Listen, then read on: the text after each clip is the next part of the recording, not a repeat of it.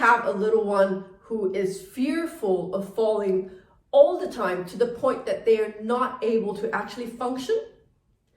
Does your little one go into a meltdown and tantrum thinking, oh no, I can't do this, and refuse to do it simply because they fear that they would hurt themselves or fall over? Hi there, it's Neesha from My Favorite Physio. In today's video, I'm jumping in to share with you 3 things you can do to help your little one reduce their fears and anxiety about falling when it comes to doing activities and gross motor skills that are age appropriate for them.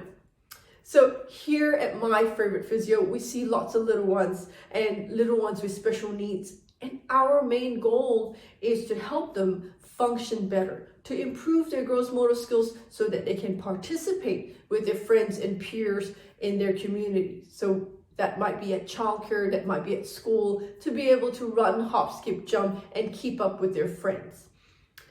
Every now and then we would have a little one, especially a little one who's been through a lot in terms of a special needs or a childhood cancer, and their journey has been really challenging and understandably, difficult for a whole family to handle. That little ones may end up having this fear of falling and hurting themselves because of the anxiety that families may have around them and their well-being because of the journey they've been through. All of that is very valid. However, we've ended up with a situation where sometimes little ones have such a great fear of falling that it is overwhelming and almost irrational to the point that it limits them from being able to participate or to do any activities that is appropriate for their age. So I thought I would jump in and share with you 3 things you can do if you've got a little one who seems to have this very huge fear of falling and very huge fear that gets to a point that they get into anxiety attacks, panic attacks whenever they have to try an activity at school or at childcare or simply even at home. So the first thing you do is to help your little one rationalize that fear. And often we also have to be aware of our own personal fears, like totally understand when families feel anxiety about their child's well-being, particularly if they've got special needs or they've been through, a difficult journey like childhood cancer. However, projecting our own fears onto a little one can actually be quite damaging for their growth and development.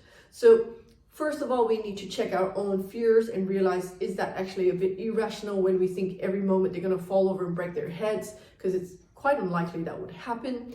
Same thing as we talk to our little one, we would say, okay, what's your fear? You're worried about falling, but look, the chair and your height, there's probably not very far that you will fall off because your legs are almost touching the ground.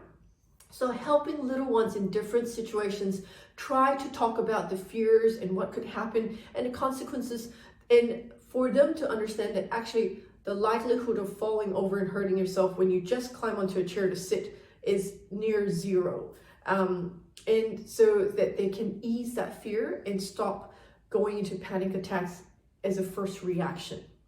The second thing you can do is to actually understand the fact that most of the time, little ones wouldn't just fall over and not do anything about it. We have a natural righting reflex. So if you lost your balance, you would naturally put your hands out, tilt your head away, and protect your head. That's the first instinct. We always protect our head. Now, there are times when little ones lose that, ability to right themselves. So what we would do is to teach them to fall safely. We would teach them to put their hands out. We would teach them to tilt their heads up. So we would be doing specific exercises that would encourage that righting reflex so that we are protecting our heads at all time. So taking action to help your little one plan, how do I do this activity safely so that there's no fear of actually falling. Once you're successful in doing an activity, you'll realize that fear and anxiety will settle and go away.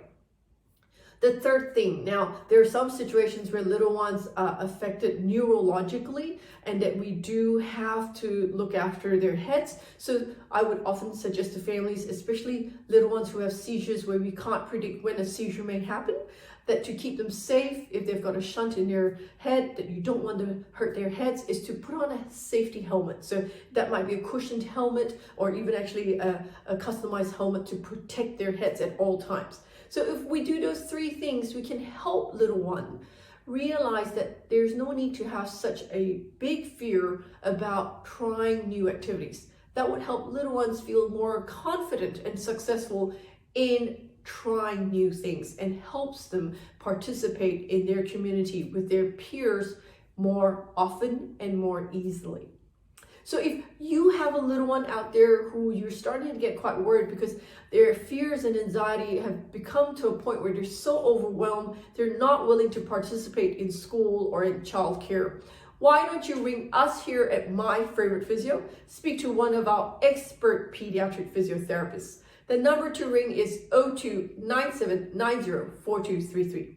And if you know somebody out there who has a little one with special needs who's starting to get quite anxious, why don't you like and share this video with them? Until next time, have a great day. Bye.